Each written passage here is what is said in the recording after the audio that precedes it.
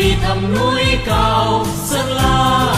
Non xa xa, nước xa xa, đến Sơn La thăm quê em mượn mà. Rừng chập trùng, sông uốn khúc, sông mà sông Đà, xuôi xuôi. Sơn La đang đơm hoa qua bao tháng năm qua, chè xanh cây mía sắc đầy, đàn bò sinh sôi và cà phê chín đầy. Anh trồng ngô em chăn tằm, thấy ban làng mình đổi mới anh mừng. Qua bao nhiêu khó khăn khổ cực, vươn bần hàng đói nghèo, ban làng cùng đi lên. Người Mường, người Thái, người Mông cùng người Dao, người Kinh kể nhau. Nghe không em, nhớ không em, với sức người sói đã ôm thành cơm. Tinh là ơi, sao non ơi, Sơn La mình truyền thống cách mạng. Quyết dựng xây cho ban làng, dẫn thêm dầu non nước ta phồn vinh.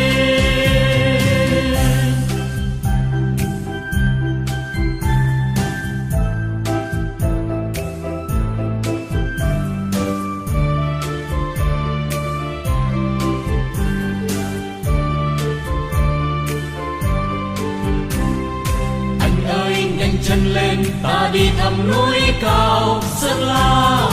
Nghe đâu đây vắng bên tai, chớ quên đi vào gian lao khổ nhục.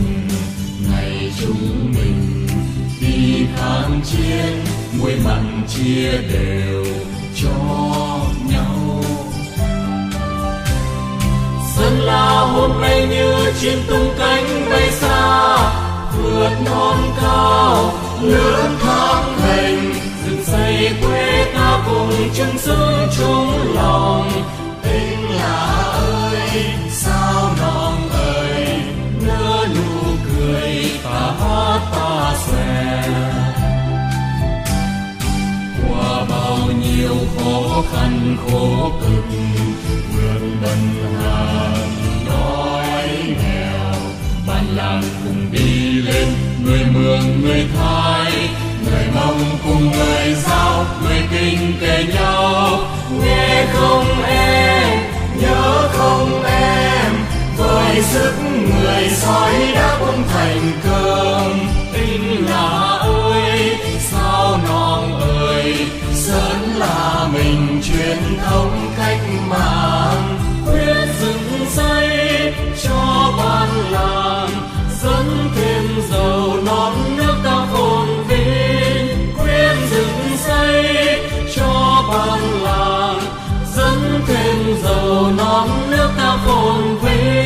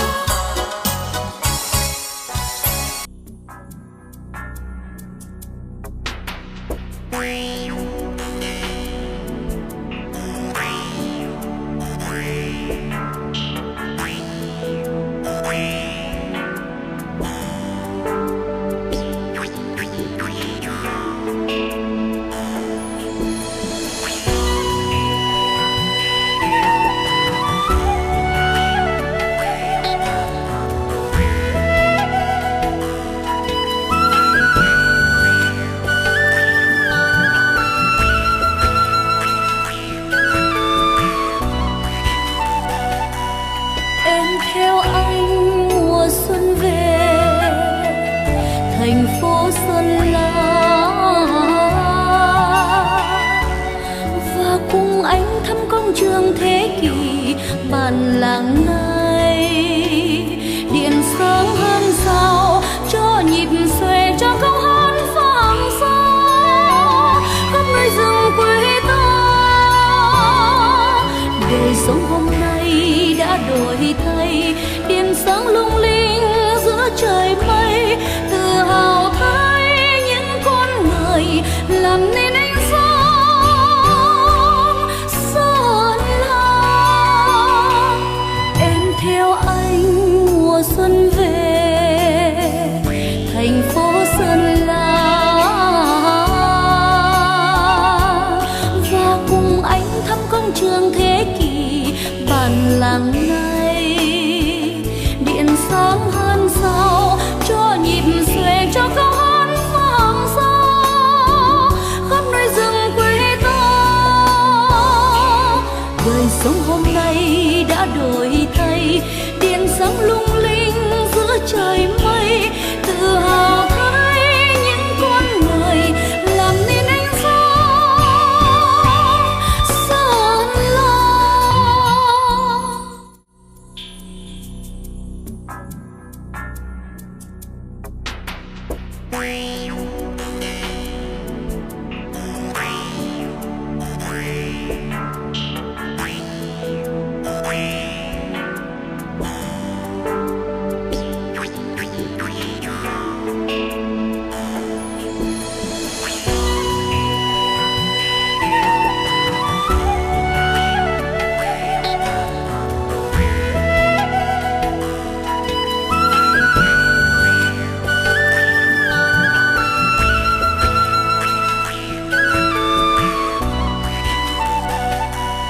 Em theo anh mùa xuân về thành phố Sơn La,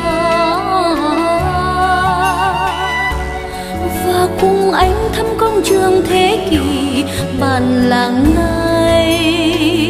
Điện sáng hơn sao cho nhịp xuề cho câu hát vang xa khắp nơi rừng quê ta.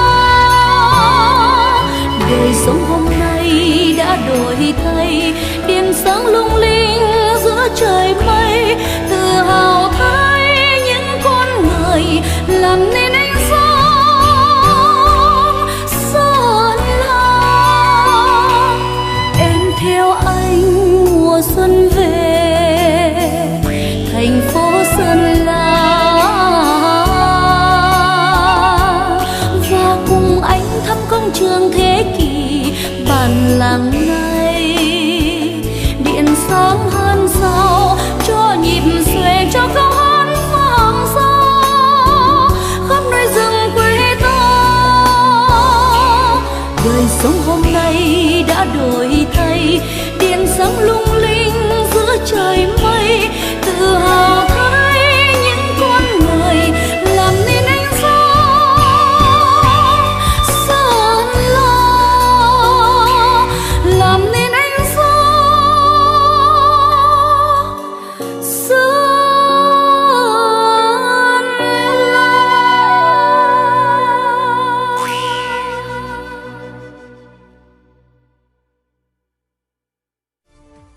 Du xuân du ca Sơn La, chập trùng núi chập trùng mây, khen la hát say tình người. Mường em mường anh nghiêng trống chiêng khua vang chín núi.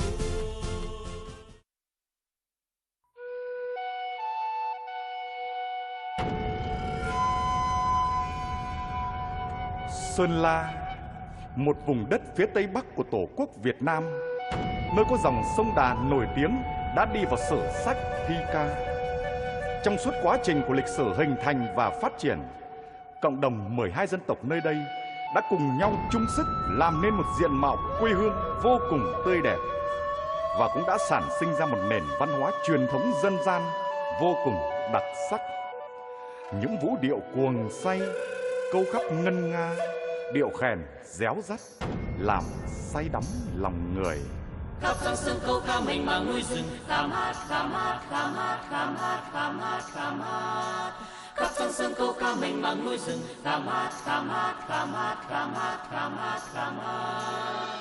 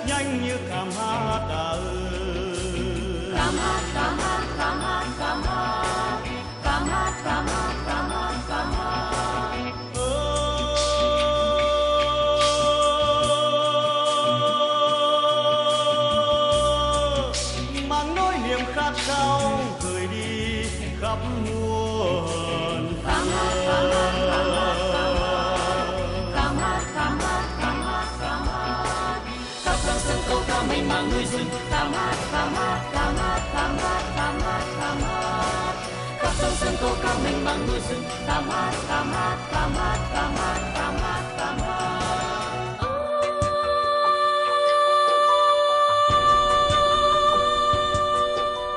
Cùng lời yêu con nghe theo câu khắp xa sương, vượt núi rừng vượt bay bay lên giữa mây xanh. Khám hát khám hát khám hát khám hát khám hát khám hát khám hát. Nơi nhịp sống say dầu mưa nắng suốt ngày tháng, qua biết bao thăng trầm của lịch sử quê hương. Khám hát khám hát khám hát khám hát khám hát khám hát khám hát. Nhớ nhớ mùa từng bừng cho quê hương màu xanh, những lời hát dân ca tràn chứa tình yêu thương, những nhạc khúc vang lên đơn sơ cây rừng xanh, tiếng của núi vang xa huyền thoại một miền quê.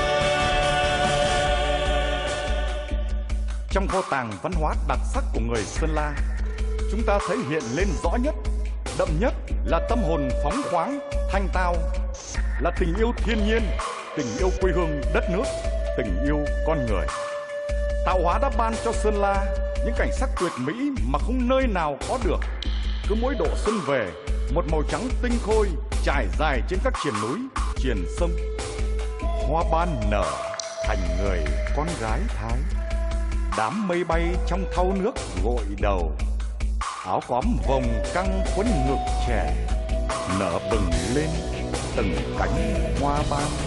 Nhớ mùa từng bừng cho quê hương màu xanh, những lời hát dân ca tràn chứa tình yêu thương, những nhạc khúc vang lên đơn sơ cây rừng xanh, tiếng của núi vang xa huyền thoại một miền quê.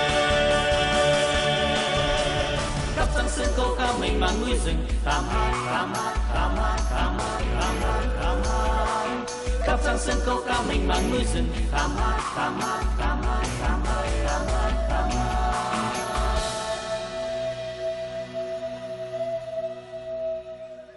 Âm vang tiếng sáo ngư âm, quê hương buông khúc non sông nặng tình. Sông Đà, con sông Đà hùng vĩ, mang một vẻ đẹp hào hùng, thơ mộng, trữ tình, thanh bình, như một nét vẽ tô điểm cho bức tranh của núi rừng Tây Bắc. Âm thanh trầm bổng của cuộc sống của con người và thiên nhiên dường như có mối giao hòa thân thiện trong dòng chảy của thời gian.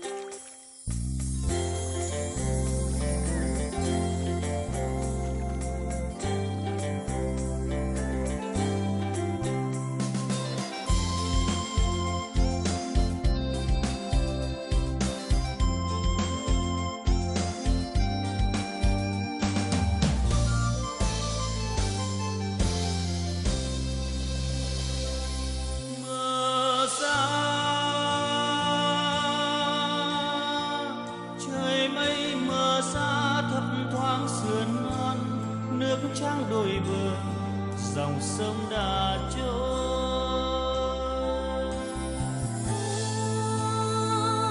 Dòng thác bạc reo rừng núi hoa theo, mùa xuân bừng gọi ban mai đã về.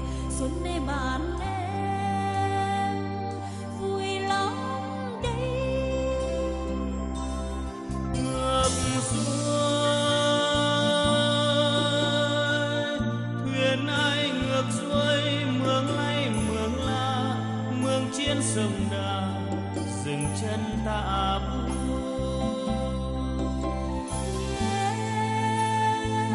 Dòng thác bạc reo nhịp bay hoa theo, dòng sông cuồn chảy ông vang núi đồi. Ý là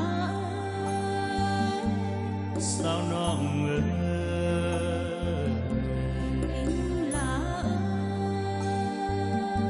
sao nó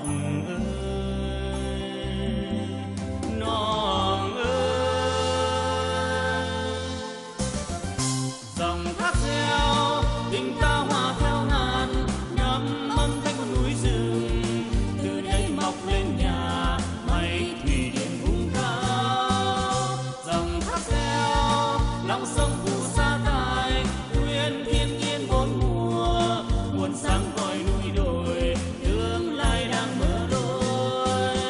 Tiếng máy vọng từ khâu hoa, dòng thác reo lấp lánh sông đà, tương lai thủy điện Sơn La, hoa tiếng ca khắp miền gần xa. Con ơi Sơn La Sơn La Sơn La, sông đà sông đà sông đà, Sơn La Sơn La Sơn La.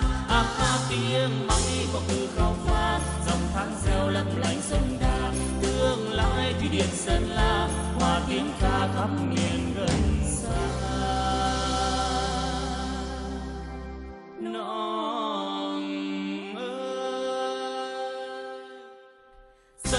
sơn la sơn la, sông đà sông đà sông đà, sơn la sơn la sơn la, ha ha.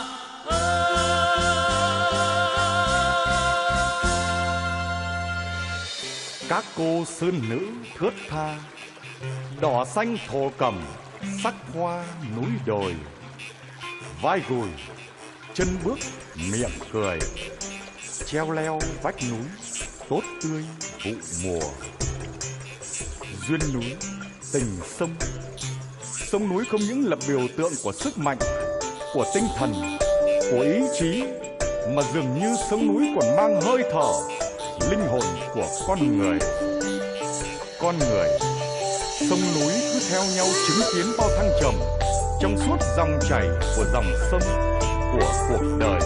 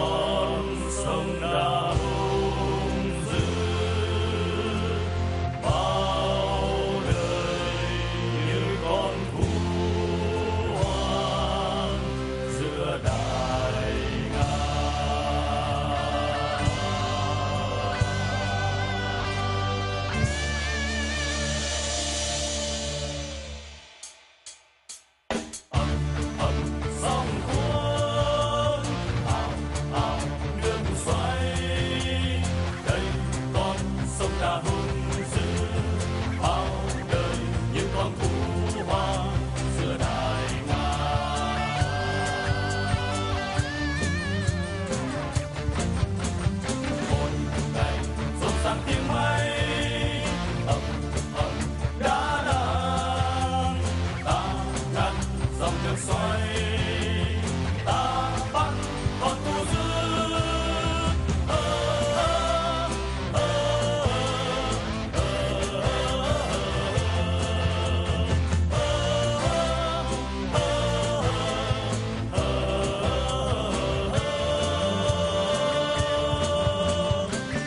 Ngày đầu bờ núi ngăn sông, bao nhọc nhằn buồn vui người thợ. Nắng cháy mưa rừng ta chẳng ngại, lời đất nước đang vẫy gọi ta đi.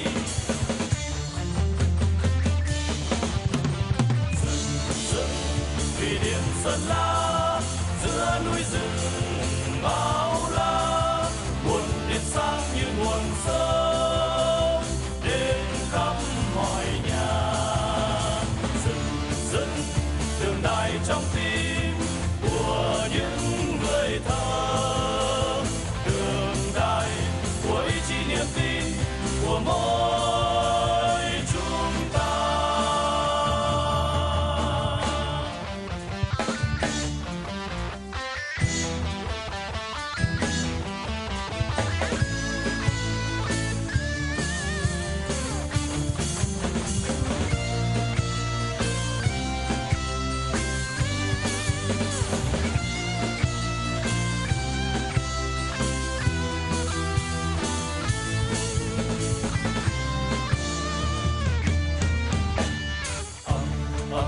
Sóng cuốn ào ào nước xoay, đây con sông đã hung dữ bao đời như con thú hoang giữa đại ngàn.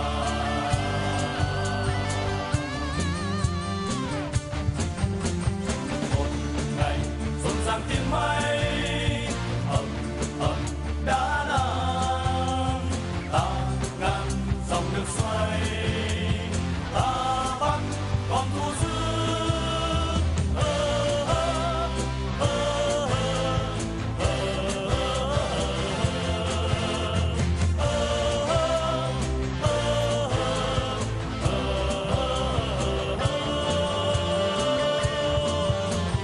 Nhớ những ngày đầu mở núi ngăn sông, bao nhọc nhằn buồn vui người thợ. Nắng cháy mưa rừng ta chẳng ngại, lời đất nước đang vẫy gọi ta đi.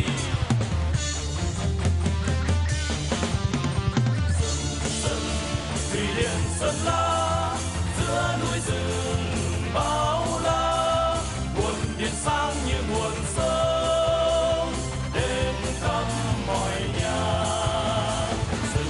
Rừng đường đài trong tim của những người thơ, đường đài của ý chí niềm tin của mỗi chúng ta.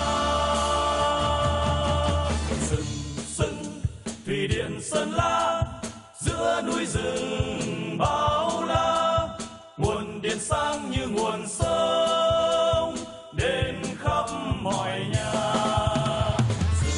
Rừng đường đài trong tim của những người thơ, đường đài của ý chí niềm tin của mỗi chúng ta. Đường đài của ý chí niềm tin của mỗi chúng ta.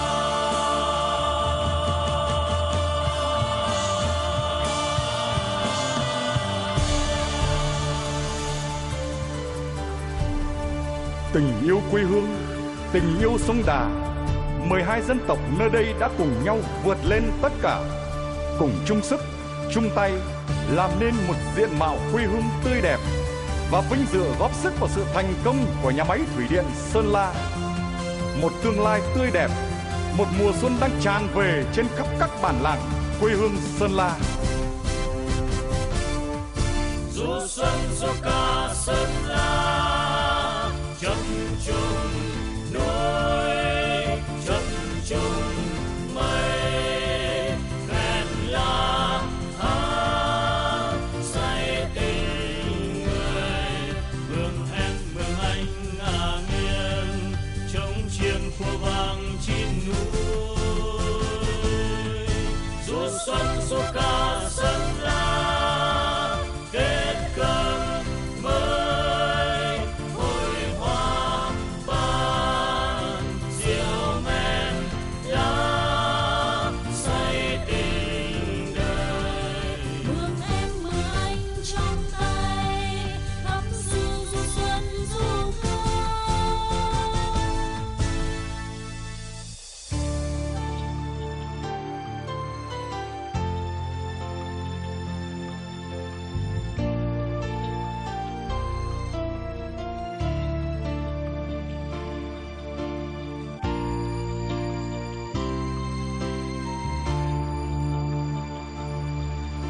Bây giờ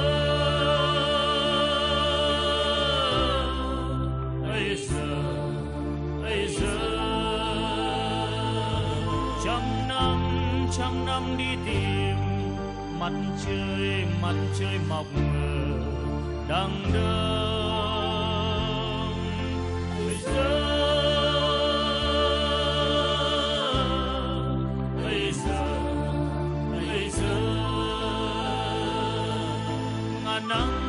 ngàn nắng đi tìm mặt trời lặn ngờ đằng tây. Đâu đây em ơi, có một mặt trời mọc ở đằng tây. Chẳng lặn em ơi, mặt trời ấy là nguồn ánh sáng từ sông Đà, từ Sơn La em ơi.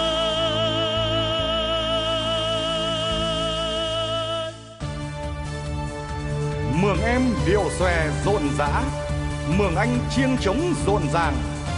Sông Đà vào xuân hối hả, ánh điện tỏa sáng muôn phương. Mặt trời thủy điện mọc từ đây nữa, mặt trời thủy điện mọc từ Thu Sâu. Và làng ai nay giữa lòng hồ giờ về đâu? Để khen ai Đêm đêm sao diệu tìm người yêu. người yêu anh đang dựng nhà mới, nhưng bàn cho thủy điện ta đó. Sơn La chiêng cùng ân xa,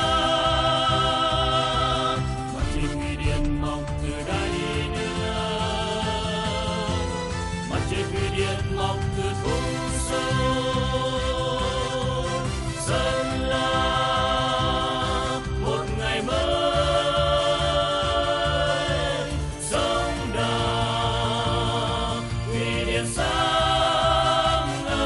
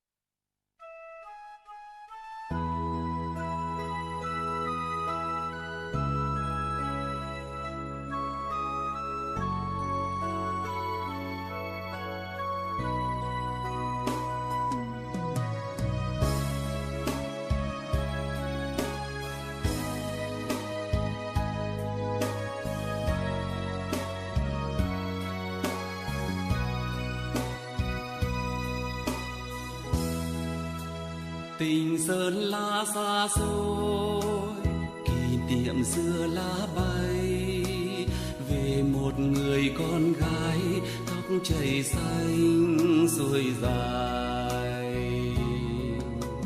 Em má lúm đồng tiền, miệng em cười rất duyên, mắt em nhìn như sao, trái tim lửa cháy than hồng. Sơn La tha thiết bao tình.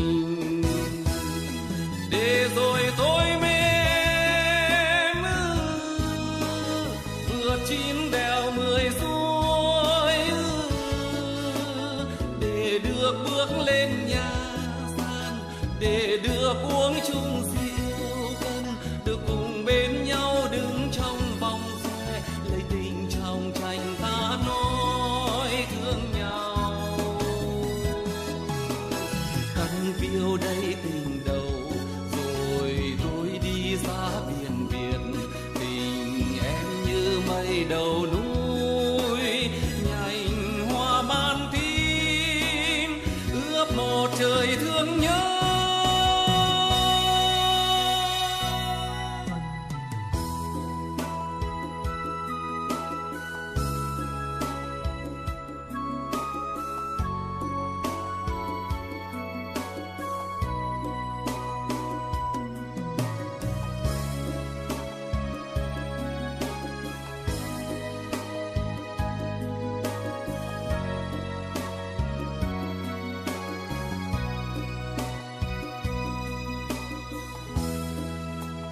Tình Sơn La xa xôi, kỷ niệm xưa lá bay, về một người con gái tóc chảy xanh xuôi dài. Em má lúm đồng tiền, miệng em cười rất duyên, mắt em nhìn như sao, trái tim lửa cháy than hồng, Sơn La tha thiết bao tình. Để rồi tôi mềm vượt 9 đèo 10 suối, để được bước lên nhà gian, để được uống chung rượu cần, được cùng bên nhau đứng trong vòng xe, lấy tình trong tranh ta nói thương nhau. Cắn phiêu đây tình đầu rồi tôi đi ra biển Việt, tình em như mây đầu núi nhành hoa ban tím, ướp một trời thương nhớ. Để rồi tôi mềm vượt 9 đèo 10 suối, để được bước lên nhà gian, để được uống chung rượu cần, được cùng bên nhau đứng trong vòng xe, lấy tình trong tranh ta nói thương nhau. Cắn phiêu đây tình đầu rồi tôi đi ra biển Việt, tình em như mây đầu núi nhành hoa ban tím, ướp một trời thương nhớ. Ơi Sơn La.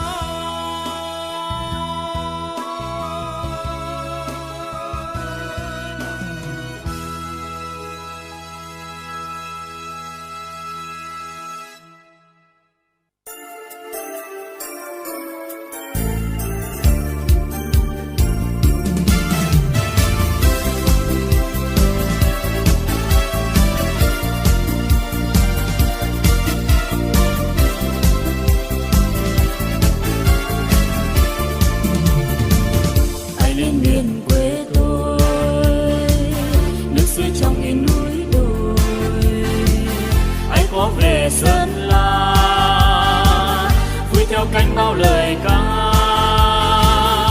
Tình ca hôm nay đây là đất vùng quê hương dạt dào tình nghĩa, bao tiếng cười vui thay của những người công nhân ngày ngày đêm xây dựng. Thăm nông trường Mộc Châu, sữa trắng thơm xanh thắm chè. Đây cây đào Sơn La, khi xuân đến ta xòe hoa. Tình ca hôm nay đây đồng lúa vàng hương thơm dạt dào tình nghĩa. Bao chiến hàng xe qua biển sáng đẹp hơn sao hòn ngọc trên miền Tây. Sơn La quê tôi đang ngày đêm đổi mới, ta hát người ca quê hương đẹp giàu mến yêu. Tháng năm kề nhau anh đi dựng xây nhà mới, em về nhà máy yêu thương. thương hẹn nhau khi mùa về. Sơn La quê tôi, miền Tây mến yêu ơi, hát vang lên lời ca từ vùng đất Sơn La. Hát vang lên lời ca từ vùng đất Sơn La.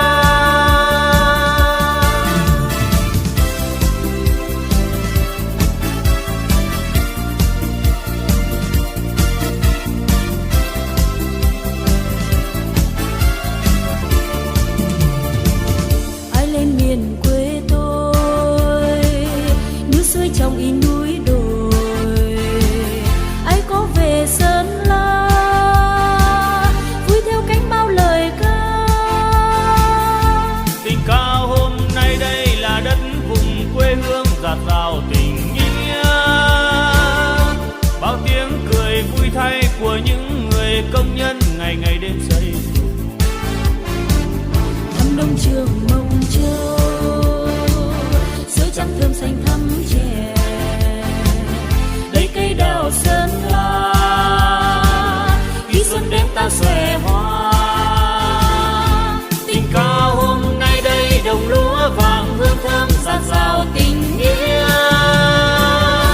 Bao chiến hàng xe qua điện sáng đẹp hơn sao hòn ngọc trên miền Tây.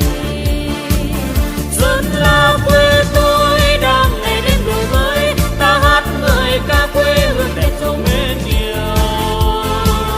Tháng năm kề nhau anh đi dựng xây nhà mới, em về nhà máy yêu thương hẹn nhau khi mùa về. Sơn La quê tôi, miền Tây mến yêu ơi, hát vang lên lời ca từ vùng đất Sơn La. Hát vang lên lời ca từ vùng đất Sơn La. Hát vang lên lời ca từ vùng đất Sơn La.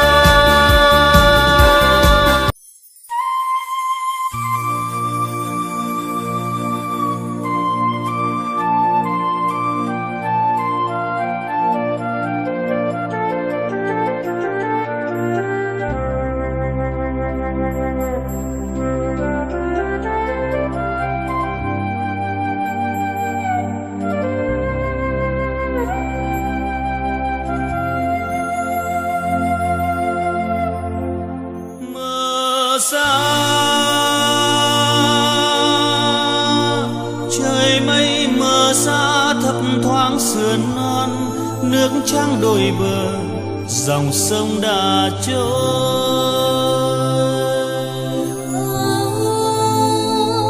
Dòng thác bạc reo rừng núi hòa theo, mùa xuân bừng gọi ban mai đã về.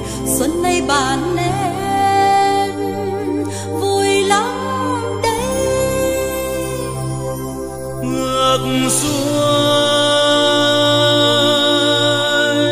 thuyền ai ngược xuôi, mương lay mương la, mương chiến sông Đà dừng chân tạ bu. Nghe dòng thác bạc reo nhịp mây hòa theo, dòng sông cuồn chảy âm vang núi đồi. Anh là Sao nọng ơi, anh là sao nọng ơi, nọng ơi. Dòng thác reo tình ta hòa theo ngàn năm, âm thanh của núi rừng từ đây mọc lên nhà máy thủy điện vùng cao. Dòng thác reo lòng sông phù sa tài, nguyên thiên nhiên bốn mùa, nguồn sáng gọi núi đồi, tương lai đang mở lối. Tiếng máy vọng từ khâu qua, dòng thác reo lấp lánh sông Đà, tương lai thì điện Sơn La, hòa tiếng ca khắp miền gần xa. Lòng ơi Sơn La Sơn La Sơn La, sông Đà sông Đà sông Đà, Sơn La Sơn La Sơn La.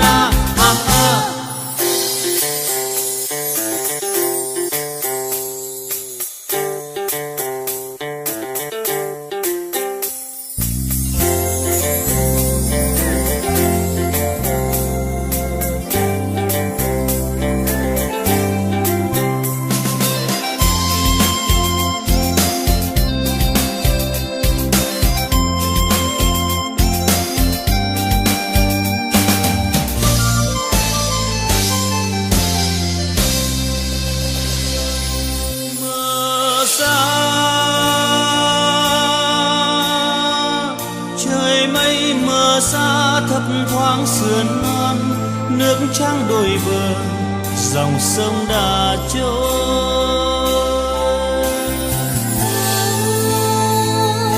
Dòng thác bạc reo, rừng núi hoa theo, mùa xuân bừng gọi, ban mai đã về.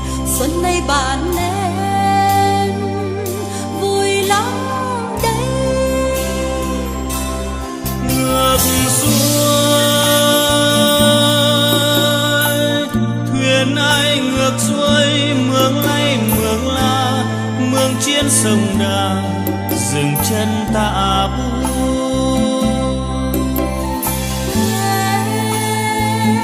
Dòng thác bạc reo, nhịp mấy hoa theo, dòng sông cuồn chảy, âm vang núi đồi anh là Sao nó ngỡ anh là sao nó ơi, nó ơi. Dòng thác reo, tình ca hòa theo ngàn, ngắm âm thanh của núi rừng, từ đây mọc lên nhà mấy thủy đường vùng cao. Dòng thác reo, lòng sông phù sa tài, nguyên thiên nhiên bốn mùa, nguồn sáng gọi núi đồi, tương lai đang mở lối. Tiếng máy vọng từ khâu pha, dòng thác reo lấp lánh sông Đà, tương lai thì liền Sơn La, hòa tiếng ca khắp miền gần xa.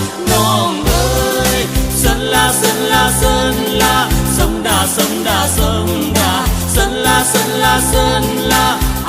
Tiếng máy vọng từ khâu pha, dòng thác reo lấp lánh sông Đà, tương lai thì điện Sơn La, hòa tiếng ca khắp miền gần xa.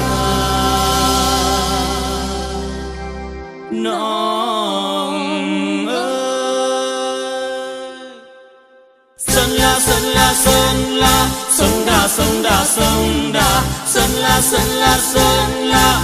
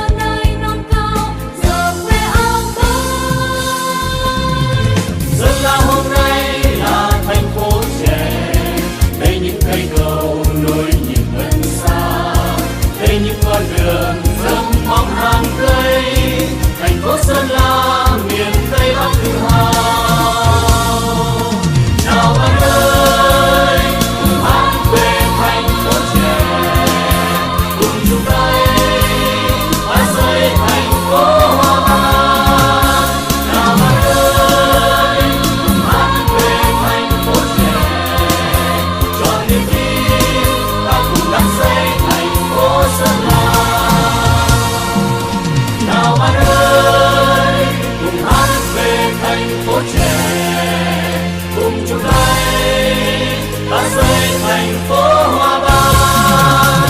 Nào bạn ơi, cùng hát về thành phố trẻ, cho niềm tin ta cùng đắp xây thành phố Sơn La. Cho niềm tin ta cùng đắp xây thành phố Sơn La. Cho niềm tin ta cùng đắp xây thành phố Sơn La.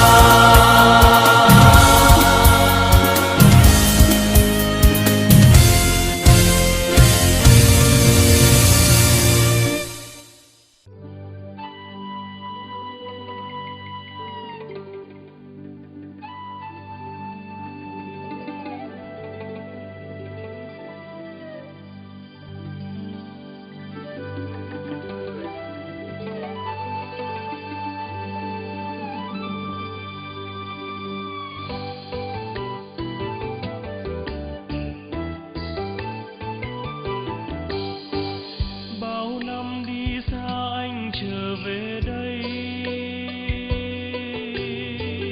anh đang ngơ ngác giữa lòng phố lạ. Ánh điện rực sáng tuôn trào từ ngõ cửa, mái tranh xưa bây giờ nơi đâu? Ta chia tay nhau chiếc cầu tre xưa, anh đi lang thang tìm hoài không thấy. Năm tháng đi qua bao mùa lũ chảy, cầu lớn bây giờ có biết chuyện ngày xưa? Con đường nào thua ấy thân quen, chẳng dừng ban tình yêu chúng mình. Bao khát vọng cuộc đời như mùa xuân rực sáng. Sơn La sông Đà ơi há ơi, mái trường nào che lá đơn sơ, nỗi buồn vui một thời thơ trẻ. Anh đứng đợi một trời sao đầy gió sao xuyên, bâng khuâng bao nỗi niềm riêng.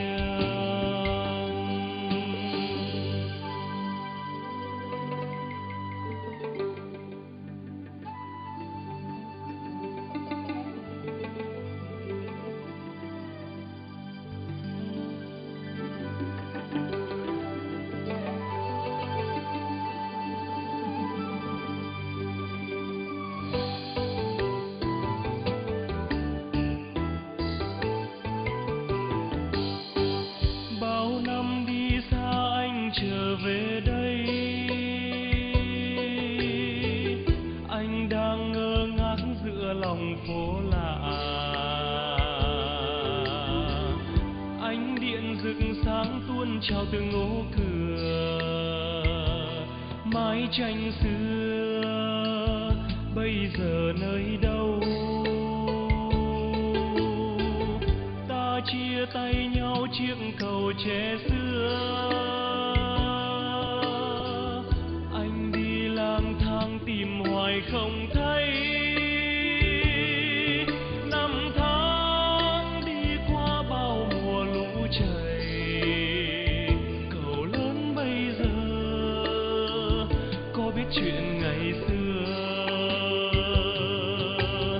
Con đường nào thua ấy thân quen, chẳng dừng ban tình yêu chúng mình. Bao khát vọng cuộc đời như mùa xuân rực sáng. Sơn La sông Đà ơi há ơi, mái trường nào che lá đơn sơ, nỗi buồn vui một thời thơ trẻ. Anh đứng đợi một trời sao đầy gió sao xuyên, bâng khuâng bao nỗi niềm riêng. Phố núi tình yêu Sơn La mùa xuân, phố núi tình yêu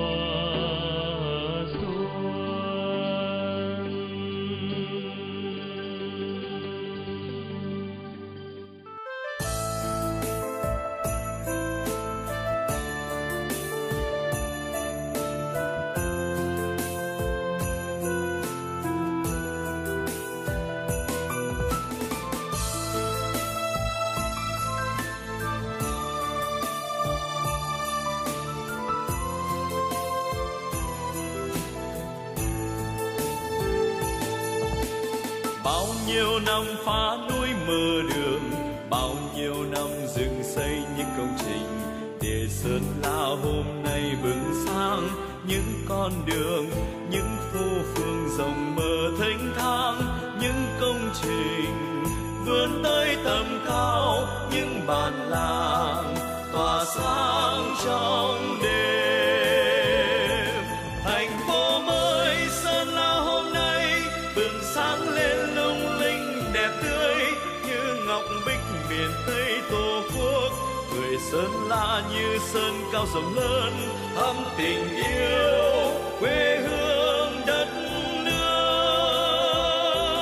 Thành phố mới xanh tươi yêu thương, hòa sắc trong thiên nhiên đẹp tươi, nơi gìn giữ tình yêu nồng ấm. Dù đi xa muôn nơi vẫn thầm nhớ, cháy bỏng lên trong tôi tình yêu Sơn La.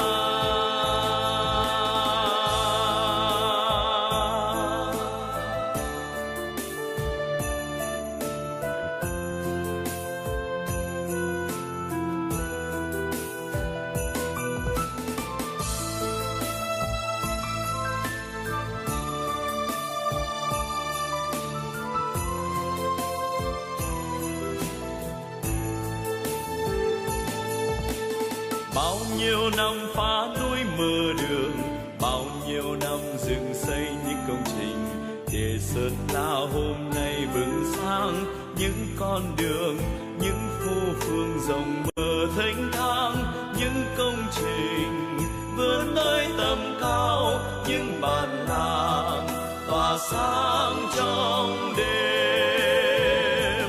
Thành phố mới Sơn La hôm nay bừng sáng lên lung linh đẹp tươi, như ngọc bích miền Tây Tổ quốc. Người Sơn La như sơn cao rộng lớn, thắm tình yêu quê hương đất nước. Thành phố mới xanh tươi yêu thương, hòa sắc trong thiên nhiên đẹp tươi, nơi gìn giữ tình yêu nồng ấm. Dù đi xa muôn nơi vẫn thầm nhớ, cháy bỏng lên trong tôi tình yêu Sơn La. Thành phố mới Sơn La hôm nay bừng sáng lên lung linh đẹp tươi, như ngọc bích miền Tây Tổ quốc. Người Sơn La như sơn cao rộng lớn, thắm tình yêu quê hương đất nước. Thành phố mới xanh tươi yêu thương, hòa sắc trong thiên nhiên đẹp tươi, nơi gìn giữ tình yêu nồng ấm. Dù đi xa muôn nơi vẫn thầm nhớ, cháy bỏng lên trong tôi tình yêu Sơn La. Cháy bỏng lên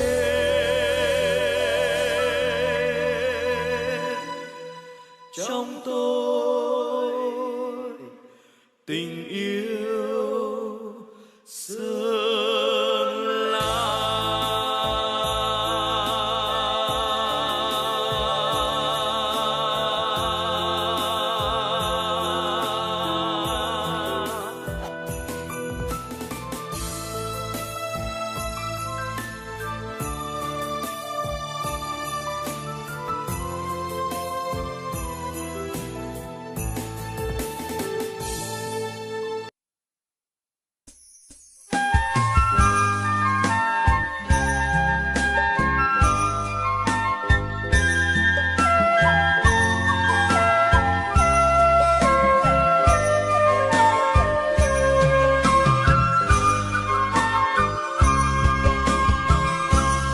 Sơn La đây vùng Tây Bắc bao la, núi đồi san sát canh đẹp thần tiên. Ai qua Sơn La quê ta dừng bước, ngắm người con gái mắt nài phơi phới tuổi xuân, ngỡ như tiên trần gian thế. Những chàng hiệp sĩ đông kỳ, người con núi rừng. Sơn La đây thành phố mới trên cao, núi rừng sắc bát ngàn cà phê. Ai qua Sơn La Mai Sơn nương mung, những nhà mây mới đang xây san sát tầng mây, ngỡ như lâu đài lộng lẫy, phố phường Tây Bắc đẹp thêm mỗi ngày.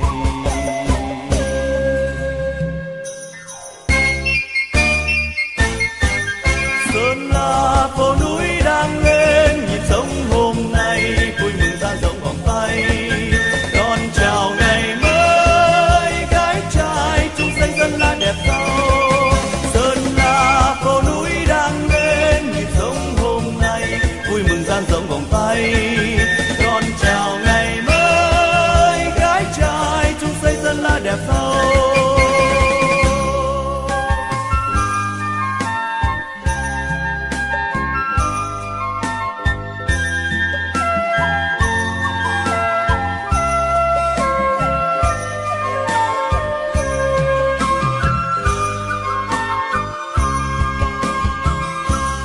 Sơn La đây vùng Tây Bắc bao la, núi đồi san sát canh đem thần tiên.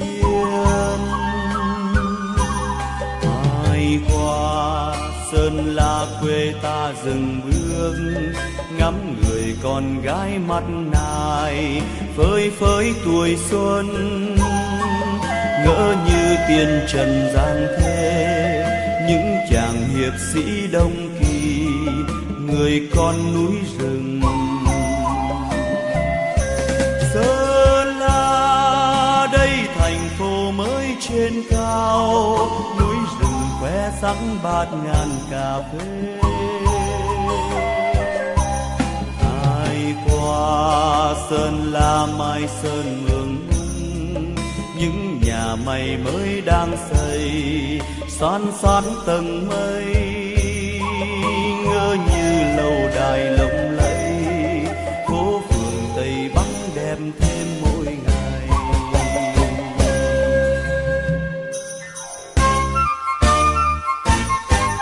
Sơn La phố núi đang lên, nhìn sống hôm nay vui mừng dang rộng vòng tay, đón chào ngày mới gái trai chung xanh Sơn La đẹp giàu. Sơn La phố núi đang lên, nhịp sống hôm nay vui mừng dang rộng vòng tay, đón chào ngày mới gái trai chung xanh Sơn La đẹp giàu. Sơn La, Sơn La, đón chào ngày mới chung xây Sơn La đẹp giàu.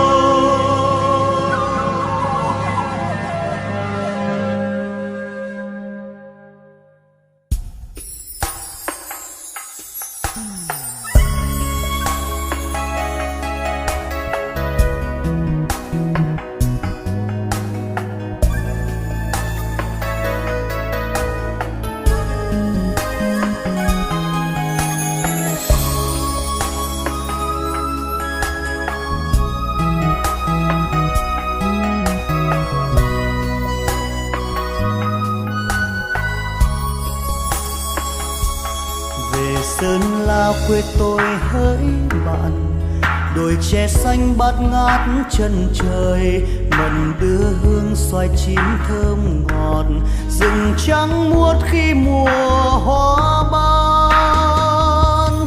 Về Sơn La hôm nay sáng rực, rực cờ hoa lấp lánh sao vàng.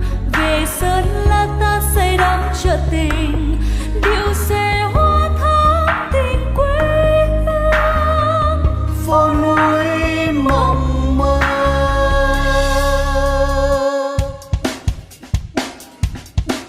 Sơn La quê ta hôm nay đẹp long lanh như một bức tranh, Mường La điên tỏa sáng mọi miền, hương sữa thơm về với mộc châu. Sơn La quê ta đẹp sao, lời sáng mãi truyền thống cách mạng, cùng bạn bè bốn phương xây dựng một Sơn La ngời sáng vòng cao.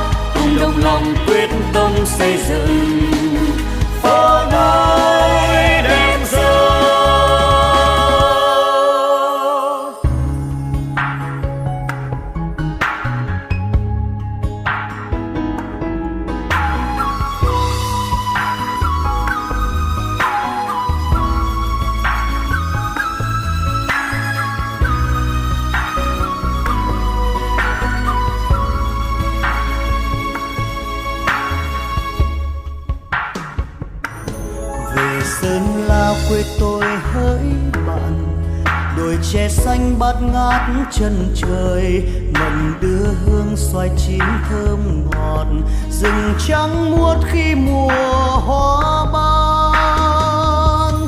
Về Sơn La hôm nay sáng rực, dọc cờ hoa lấp lánh sao vàng. Về Sơn La ta say đắm chợ tình, điệu xe hoa thắm tình quê hương. Phố núi mộng mơ,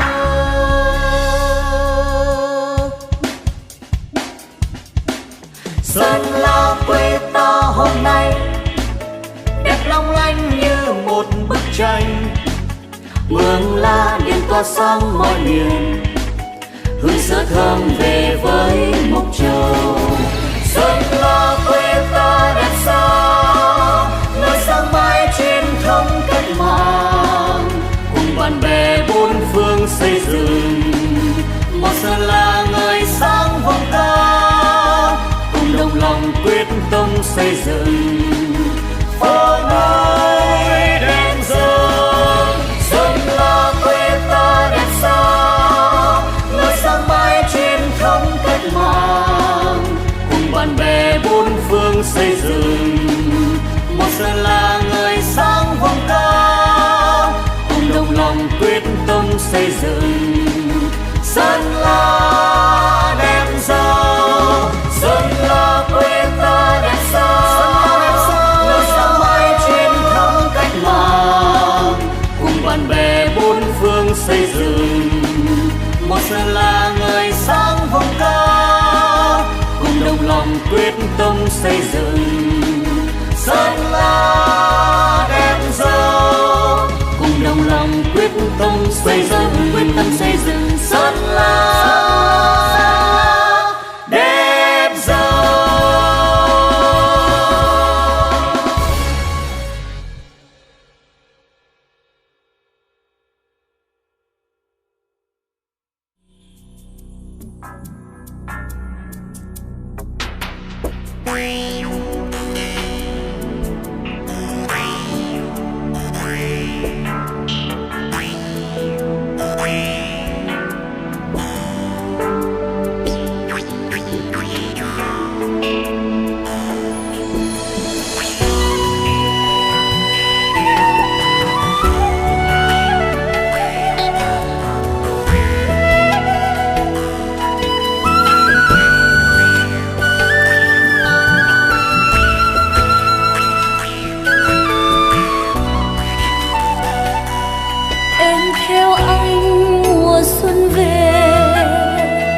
thành phố Sơn La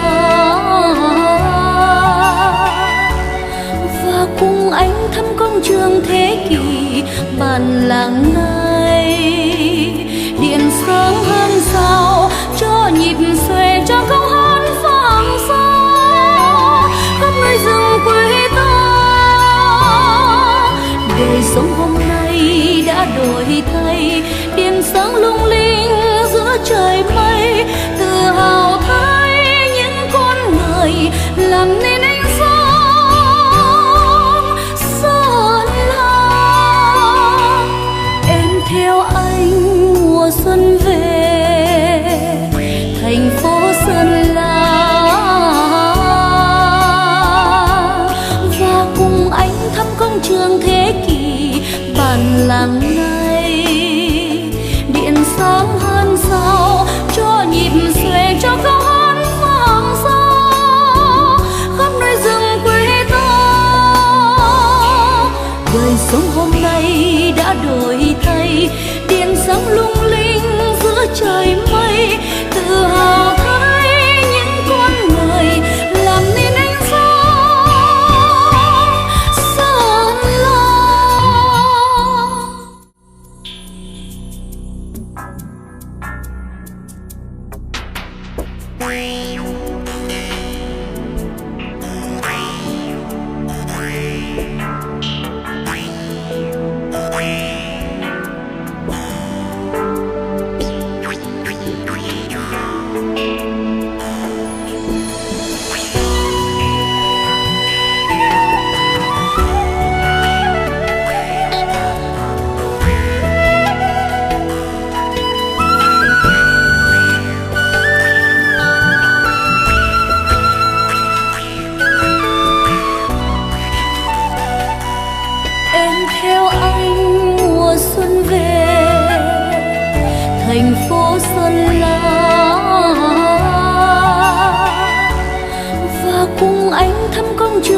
thế kỷ bản làng này.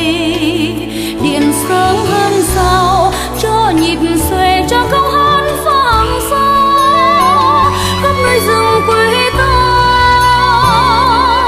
Đời sống hôm nay đã đổi thay, điện sáng lung linh giữa trời mây, tự hào thấy những con người làm nên ánh sáng Sơn La. Em theo anh mùa xuân về thành phố Sơn La, và cùng anh thăm công trường thế kỷ bản làng này. Điện sáng hơn sao cho nhịp xuề cho câu hát vang xa khắp nơi rừng quê ta. Đời sống hôm nay đã đổi thay, điện sáng lung linh giữa trời mây, tự hào thấy những con người làm nên ánh sáng Sơn La, làm nên ánh sáng Sơn La.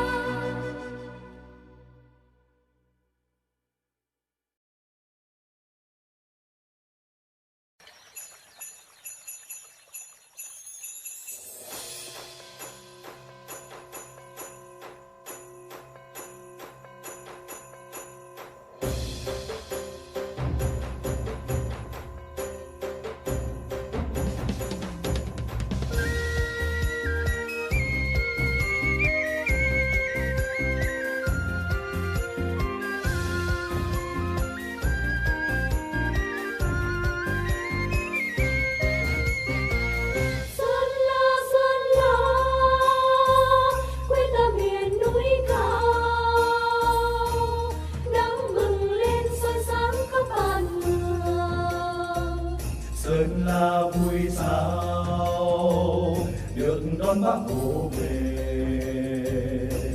lúa ngô như được tưới thêm nắng ấm, đất đá khô cằn như được mưa tắm mát, dân bản ấm no cùng chung xây cuộc đời.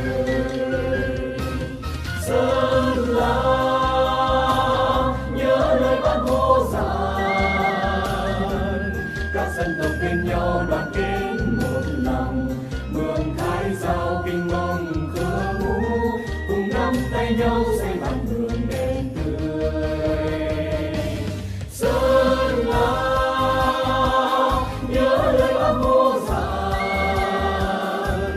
dù gian khó vươn lên theo lời Bác, xây dựng Sơn La bình yên hoa ngọn, điệu xòe hoa rộn vang cùng chiến tranh. Bản mường ta vui đón Bác Hồ về, mùa xuân miền vượt xa khắp núi rừng, mùa xuân miền vượt xa tinh là